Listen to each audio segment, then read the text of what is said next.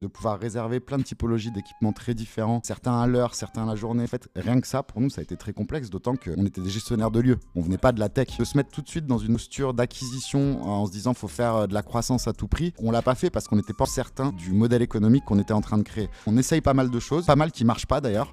Ouais. Dans le parrainage, ce qui marche, c'est même pas la méthode de parrainage finalement. Ce qui marche dans le parrainage, c'est quand quelqu'un est satisfait de ce que tu proposes, du produit. On tient vraiment à avoir un produit qui se fout pas de la gueule de son client. En fait, notre travail premier, c'est d'atteindre la rentabilité.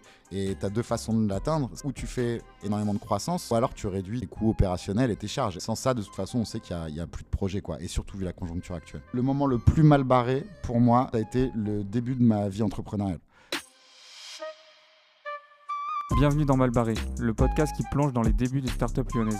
Chaque épisode, on donne la parole à des fondateurs ou experts growth qui ont transformé leur galère en succès.